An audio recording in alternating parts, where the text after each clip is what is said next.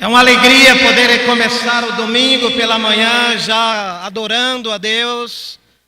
Que músicas fantásticas, que canções. Hoje de manhã eu estava cantando a Deus, eu gosto, já falei isso para vocês, eu gosto de louvar bastante. Tirar um tempo logo pela manhã para adorar a Deus, também pode ser durante o dia. E ouvindo essa última canção, é o Salmo 63, Davi fala: Deus, Tu és o meu Deus. E eu espero que esse seja o seu Deus hoje também, amém? Que você tenha isso no seu coração, esse desejo de entrar na presença de Deus, de poder ter essa comunhão verdadeira com Ele. E hoje eu vou compartilhar sobre salvação. A Bíblia fala que Deus quer que todos sejam salvos, amém? Se há esse desejo no coração de Deus, que toda a humanidade possa conhecê-lo, honrá-lo, glorificá-lo e ser salvo, porque isso também está na oração de Jesus em João 17, versículo 3 e 4. Nós, como povo de Deus, essas afirmações têm sérias implicações para a nossa vida. Eu estou lendo um livro, é bem fininho, Jesus, o único caminho para Deus. E a pergunta é: uma pessoa precisa ouvir o Evangelho para ser salva? Sim ou não? É claro que sim. Mas hoje nós vivemos num mundo pluralista, globalizado. A crença de que Jesus é o único caminho para a salvação é considerada cada vez mais arrogante e até mesmo detestável. Em face dessas críticas, muitos recuam diante da afirmação da necessidade global de conhecer Jesus e crer nele. São palavras do autor do livro. E a mensagem do Evangelho de Jesus Cristo é a mais compartilhada hoje em todo o mundo. Desde que Jesus veio ao mundo e chamou os homens para segui-lo, essa mensagem tem sido compartilhada por homens e mulheres em várias partes desse mundo, em várias nações. Mas há muita gente que ainda não ouviu o Evangelho total, completo. Essa mensagem é a mais compartilhada, mas também é a mensagem mais restritiva que existe na Terra. Por que isso acontece? Porque essa mensagem, que é tão importante para nós, ela também é tão restritiva. Porque exige fé daqueles que ouvem, que aceita essa mensagem. Mas as mesmas pessoas que ouvem essa mensagem, aceitam essas mensagens, devem seguir somente um caminho.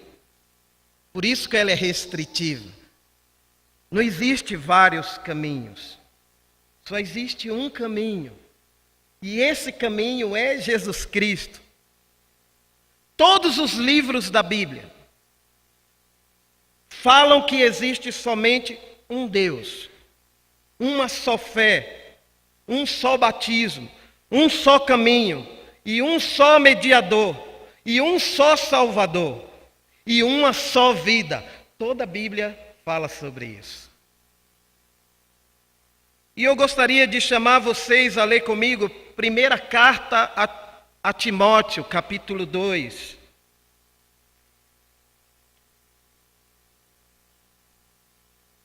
Do versículo 1 até o versículo 6. Vamos compartilhar junto essas escrituras hoje de manhã. Vamos analisar, vamos meditar nelas e também viver elas na nossa vida.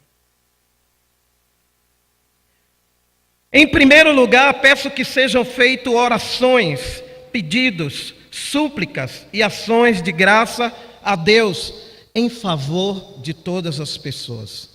Orem pelos reis e por todos os outros que têm autoridade, para que possamos viver uma vida calma e pacífica, com dedicação a Deus e respeito aos outros. Isso é bom e Deus, o nosso Salvador, gosta disso. Ele quer que todos sejam salvos e venham conhecer a verdade, pois existe um só Deus e uma só pessoa que une Deus com os seres humanos, o ser humano Cristo Jesus, que deu a sua vida para que todos fiquem livres dos seus pecados. Esta foi a prova dada no tempo certo de que Deus quer que todos sejam salvos. Vamos orar. Nosso querido Pai, nosso querido Deus, é impressionante que desde o início, quando o Senhor decidiu criar a raça humana, o Senhor já tinha em mente, já tinha no coração nos conduzir a essa comunhão, a essa intimidade, no nosso relacionamento contigo. E há um desejo no seu coração de salvar cada pessoa. E isso para nós é um grande mistério, é um grande privilégio, uma grande honra poder compartilhar a palavra de Deus. Mas também é um grande desafio para nós, os cristãos, os que acreditam nessa mensagem.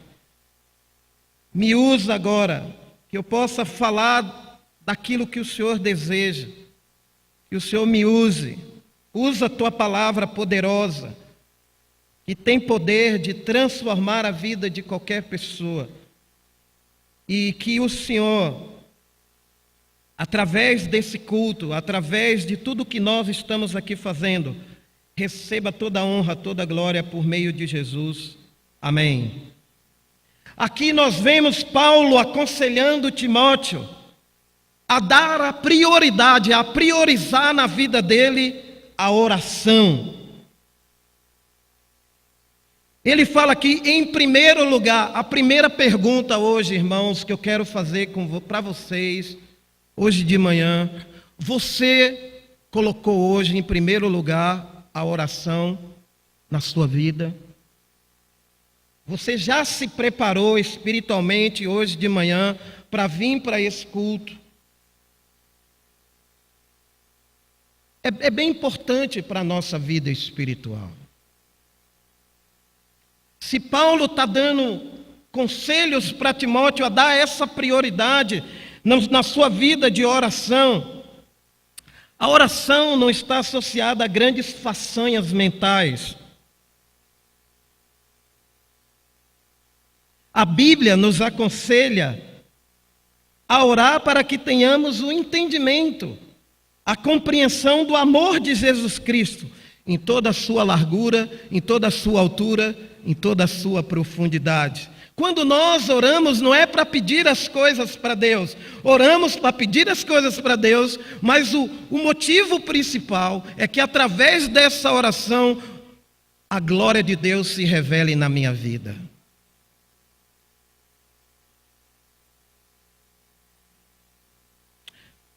A oração só exige um requisito. Primeiro, a espiritualidade. Alguém para orar precisa ser espiritual, porque é uma disciplina espiritual a oração. Você é uma pessoa que passa tempo em oração a Deus? Você gosta de passar tempo em oração a Deus?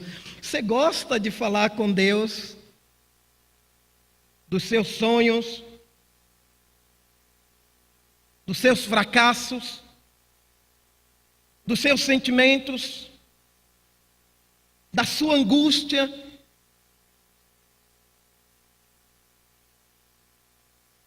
Para orarmos, precisamos ser humildes. E, infelizmente, nós, seres humanos, não somos essas pessoas humildes. Somos autossuficientes mesmo. A oração não é uma coisa que geralmente colocamos em primeiro lugar na nossa vida. Mas Deus deixou isso na Bíblia para que sejamos parecidos com Ele, humildes como Jesus foi. Nós vemos nos evangelhos a vida de oração de Jesus. Em tudo que ele fazia, ele dependia de Deus. Ele orava antes. A palavra usada por Paulo é coloque em primeiro lugar. Ou quer dizer, antes de tudo. Quero que seja feita, olha só, orações, tudo no plural, súplicas, ações de graça. Você só vai agir graciosamente se você primeiro fazer o quê? Orar. Porque a gente pode até servir a Deus, trocar o serviço de Deus pelo Deus poderoso. Como o exemplo de Marta, estava servindo Jesus. Jesus entrou na casa dela e estava ensinando, ela foi lá para a cozinha preparar comida. É uma boa causa. Mas ela não se deu conta de quem estava ali na casa dela. Porque para Paulo era importante Timóteo dedicar em primeiro lugar na sua vida de oração. E que ele também ensinasse isso aos cristãos. Por que orar é tão importante para a nossa vida, como povo de Deus, como servos de Jesus? Quais as razões que nós temos, irmãos e amigos, que nos leva a dedicar tempo em oração a Deus? Primeira razão que eu acredito que Paulo estava querendo que Timóteo soubesse é para que a vontade de Deus seja suprema na vida da igreja. Por isso que a igreja é chamada a orar. O povo de Deus tem que ser um povo que ora, um povo que demonstra essa humildade. Todas as façanhas na Bíblia que Deus age poderosamente, que estão registradas na palavra dele, antes desses fatos acontecerem, nós vemos o povo, ou um grupo de pessoas, orando fervorosamente.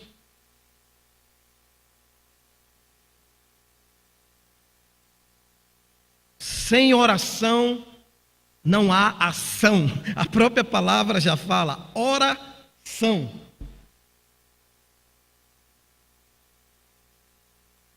Nós oramos e agimos. E isso é fantástico.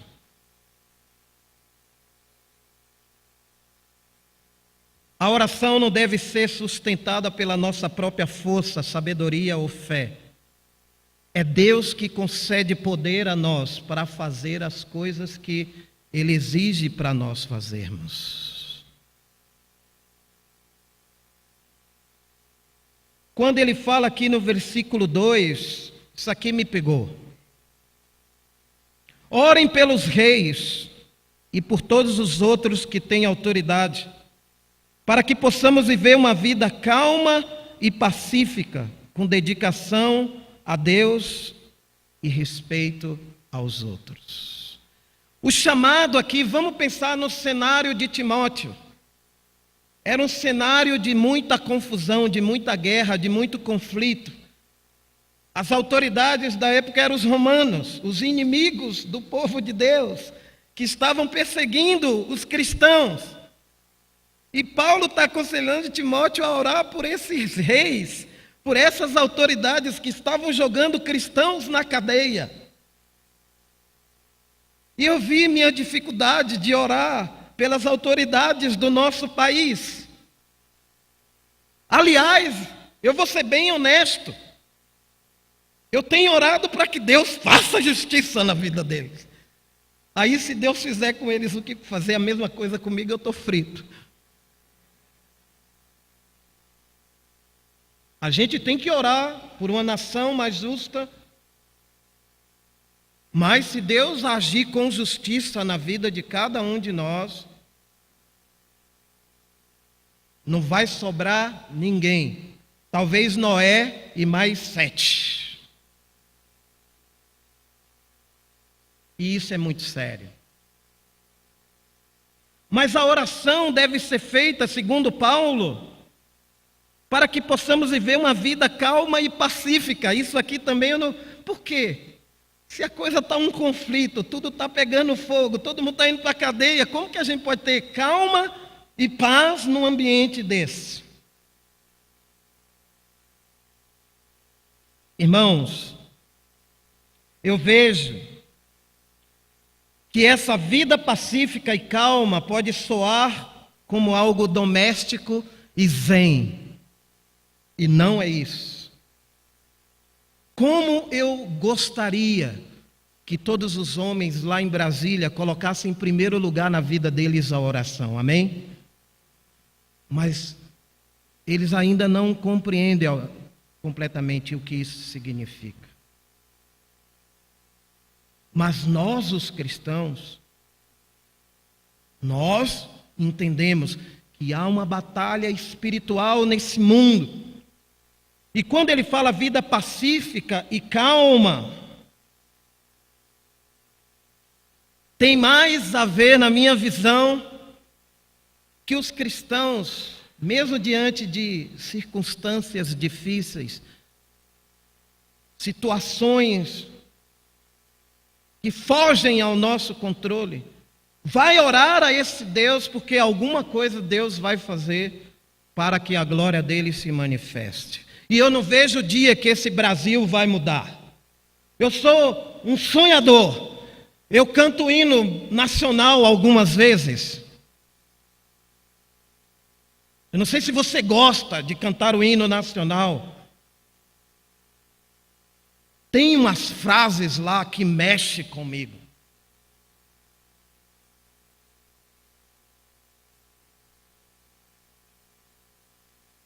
E eu não vejo o dia que todo esse Brasil vai se encher da glória de Deus. No versículo 3, Paulo fala para Timóteo, olha, põe em primeiro lugar a oração, a súplica, as ações de graça. Por quê? Porque no versículo 3 vem uma resposta quando o povo de Deus faz isso. Isso é bom e Deus gosta disso.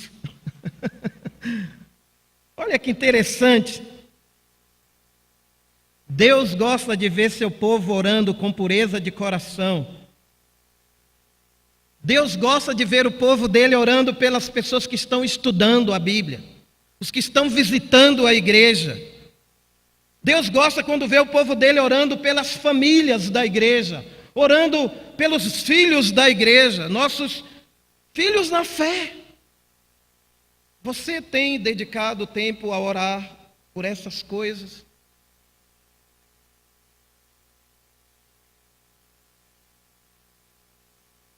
Porque Deus gosta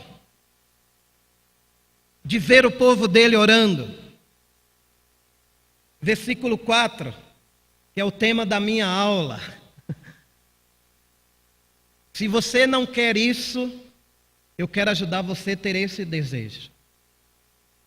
Se isso não está forte hoje no seu coração, se isso não está batendo, queimando dentro de você, eu quero ajudar você e alertar você também. Porque Deus quer. E o que Ele quer, Edson? Ele quer que todos sejam salvos e venham conhecer a verdade, amém? E eu quero isso. E eu espero que você também queira isso, você que está nos visitando. Eu espero que você se una com Deus, se una com essa igreja, se una com a pessoa que te convidou, para ser esse homem, essa mulher de Deus nesse mundo, que vai olhar para esse mundo com o olhar que Jesus tinha para o mundo, e olhar com o olhar que Deus tem. E o olhar de Deus é esse: Deus quer que todos sejam salvos. Mas a mesma Bíblia fala que nem todos serão salvos, mas Ele quer.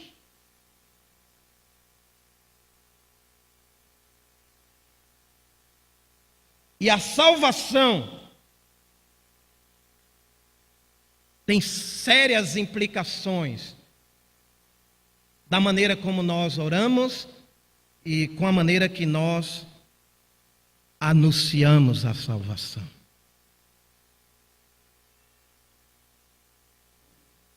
No versículo 5, a Bíblia diz assim: pois existe um só Deus e uma só pessoa que une Deus com os seres humanos, o ser humano Cristo Jesus. Olha, isso aqui é muito sério. Bom, diante dessas afirmações que a Bíblia deixa para nós aqui, nós precisamos responder algumas perguntas. Quero fazer algumas perguntas para você hoje de manhã. E você tem que responder essa pergunta. A primeira pergunta é: alguém vai sofrer o tormento eterno do inferno sobre a ira de Deus, se ela não conhecer Jesus Cristo? É sim ou não? A segunda pergunta: a obra de Cristo é necessária para a salvação? Sim. E a fé consciente em Cristo é necessária? É uma fé, não uma fé vaga, uma fé consciente de tudo isso. Não é uma fé, Deus vai fazer e eu não faço nada, eu vou me isolar, eu vou viver minha vida, que Deus vai salvar as pessoas. Não, eu como servo de Deus, eu me incluo nesse plano e permito que Ele me use para levar essa salvação a outras pessoas. Olha, lembra que no início do mês nós falamos que esse é o mês onde o desejo é que cada discípulo esteja envolvido no estudo bíblico, amém? E eu espero que você tenha ouvido isso e você não tenha esquecido disso.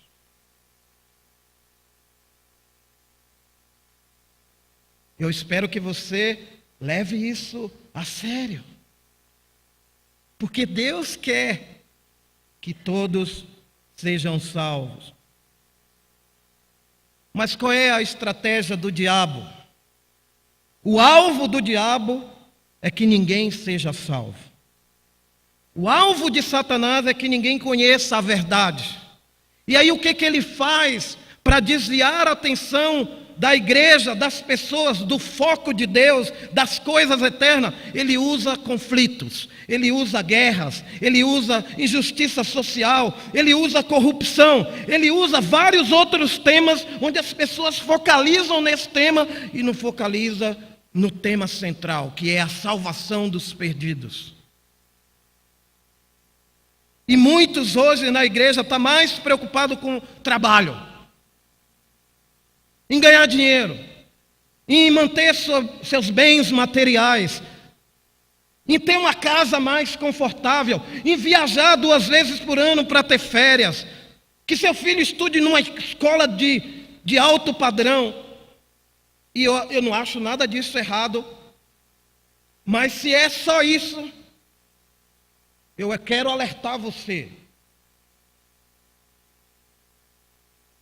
sobre a missão que a igreja tem, que cada discípulo tem. E o diabo, com todas as suas estratégias, ele quer usar essas coisas para desviar o foco de cada um de nós do que é mais importante. E Paulo enxergou isso muito bem. Vamos ler 2 Coríntios capítulo 10.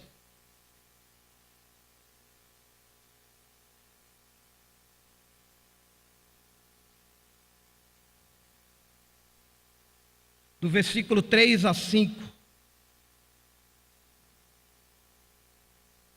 Paulo fala de armas. E ele fala aqui no versículo 3, segunda carta aos Coríntios, capítulo 10, versículo 3. É claro que somos humanos, mas não lutamos por motivos humanos. As armas que usamos na nossa luta não são do mundo. São armas poderosas de Deus, capazes de destruir fortalezas, e assim destruímos ideias falsas e também todo orgulho humano que não deixa que as pessoas conheçam a Deus. Dominamos todo pensamento humano e fazemos com que ele obedeça a Cristo. Olha, converter alguém é uma batalha espiritual. Existe a fé da pessoa que está estudando a Bíblia, existe a fé do cristão que está estudando a Bíblia com essa pessoa, e existe anjos e demônios lutando pela vida daquela pessoa.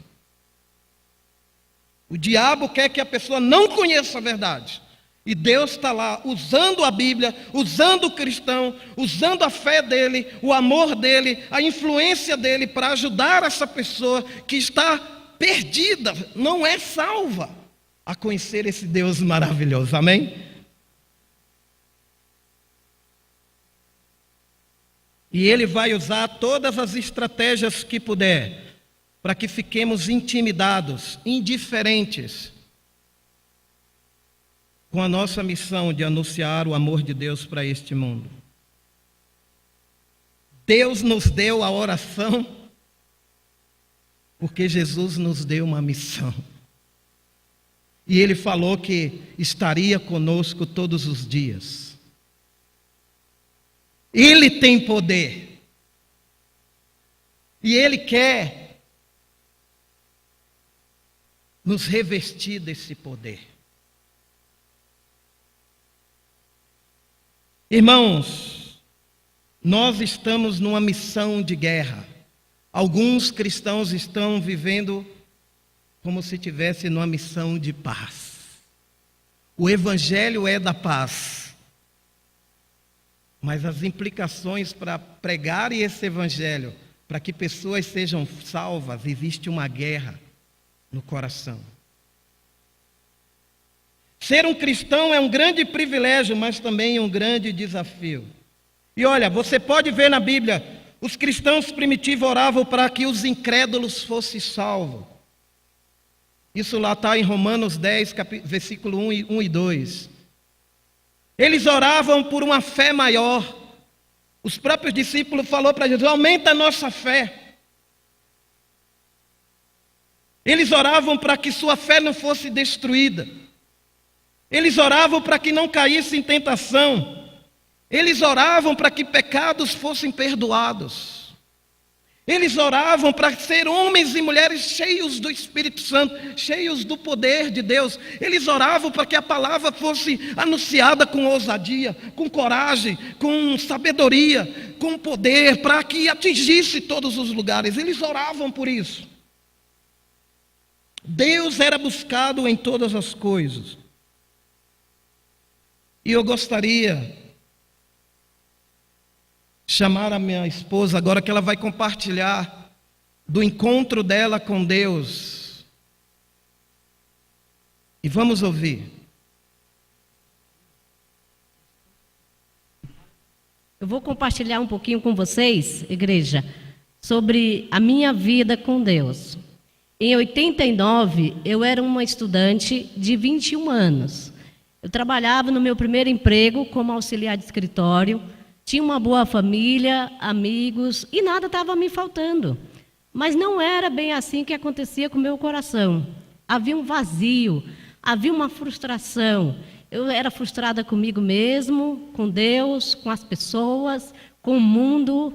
Eu vi os acontecimentos que acontecia na sociedade e mais frustrada eu ficava. Eu não tinha nenhuma esperança. E eu comecei a me perguntar, por que eu sinto tudo isso? O que está acontecendo comigo? Afinal de contas, eu frequentava a igreja.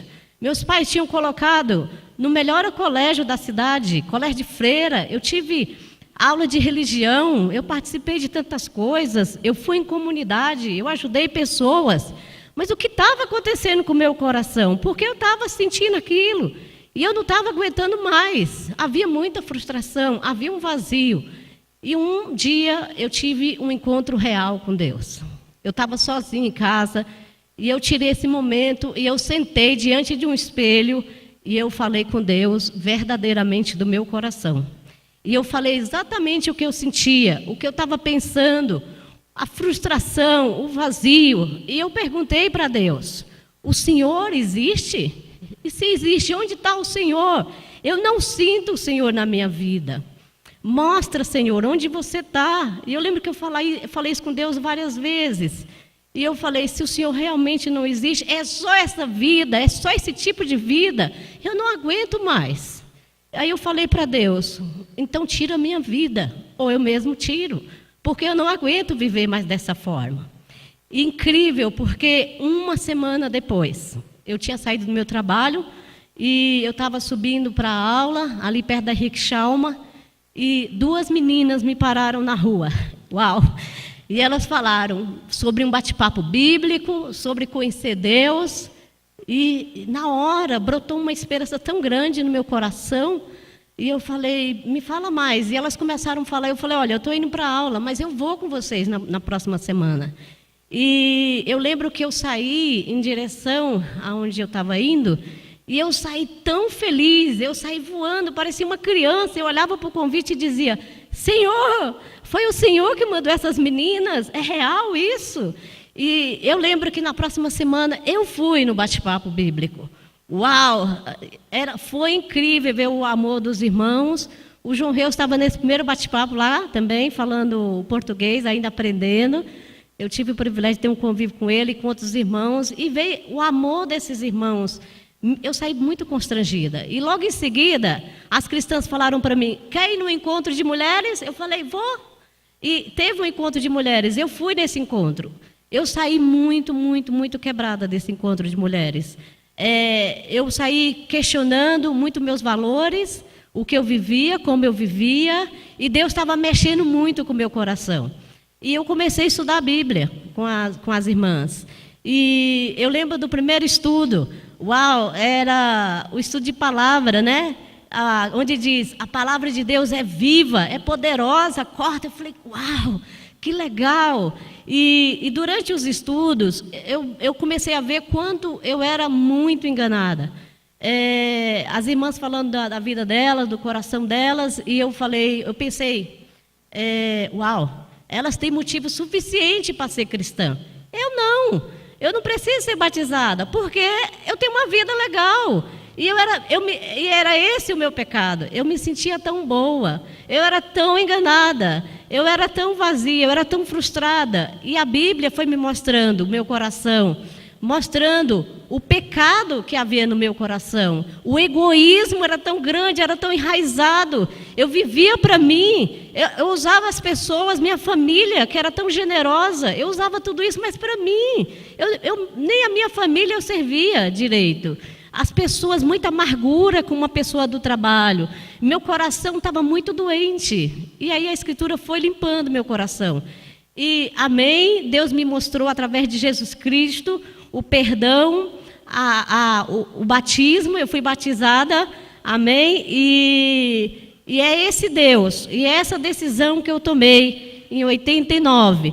Amar a Deus, servi-lo com todo o meu coração, até o último dia da minha vida. Obrigada. Obrigado.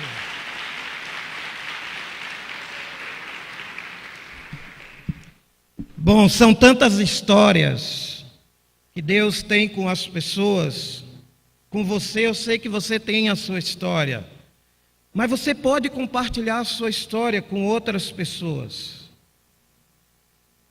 Não é para a gente guardar esse remédio só conosco. Há muita gente vazia, há muita gente insatisfeita, há muita gente que está enganada espiritualmente. E elas precisam do Evangelho, elas precisam conhecer como Paulo fala aqui no versículo 6, em 2 Timóteo, capítulo 2, versículo 6, ele fala de Jesus Cristo, que deu a sua vida para que todos fiquem livres dos seus pecados.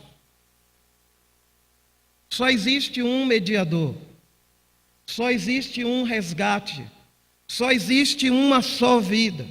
E Cristo veio dar sua vida para que isso acontecesse.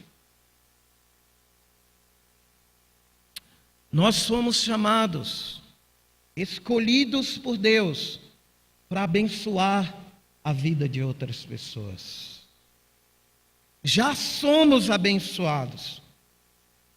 Já temos riquezas espirituais para compartilhar. E eu quero encorajar cada um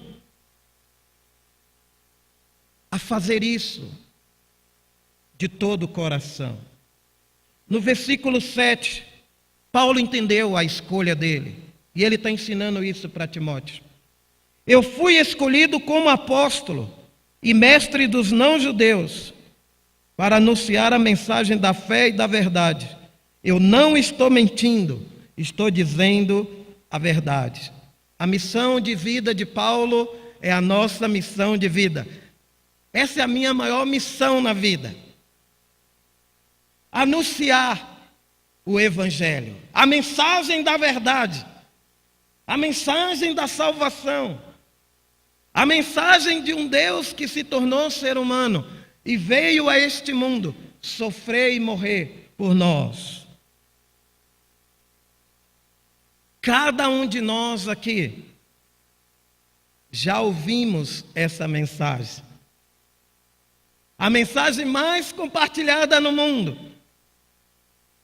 E o que nós devemos fazer com a mensagem que nós ouvimos? Anunciamos também, amém? Que essa seja a sua missão na vida.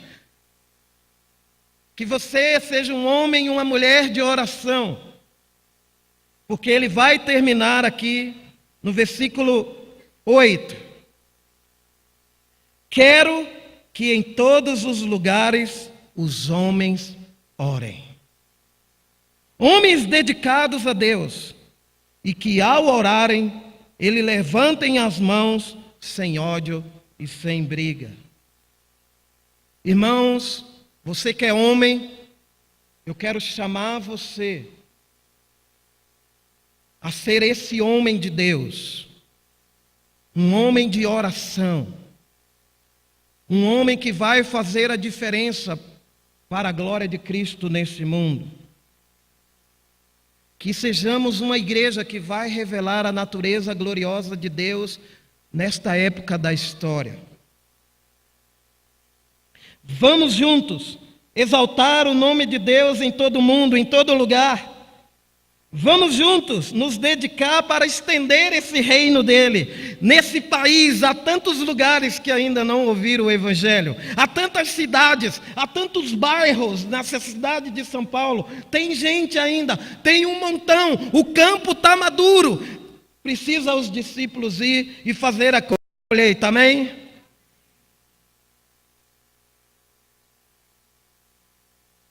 Deus quer que todos sejam salvos e que esse desejo seja o seu desejo, o nosso desejo. Oremos e agradecemos a Deus. Pai, Tu és um Deus que gosta de ver a gente orando, que gosta de ver a gente suplicando e clamando. Tu és um Deus que gosta de ver também a gente agindo, levando graça, levando esperança, levando a mensagem da verdade para as pessoas que estão perdidas. Que sejamos instrumentos do Senhor nessa geração. Que a igreja, que é o corpo de Cristo, revele a natureza de Cristo ao mundo. Que sejamos homens e mulheres humildes na nossa adoração, na nossa vida de oração. Que a glória do Senhor se revele através de nós, da nossa vida e da nossa igreja. Te agradecemos por todos os que estão aqui hoje. Que o Senhor fale a essas pessoas. Em nome de Jesus. Amém.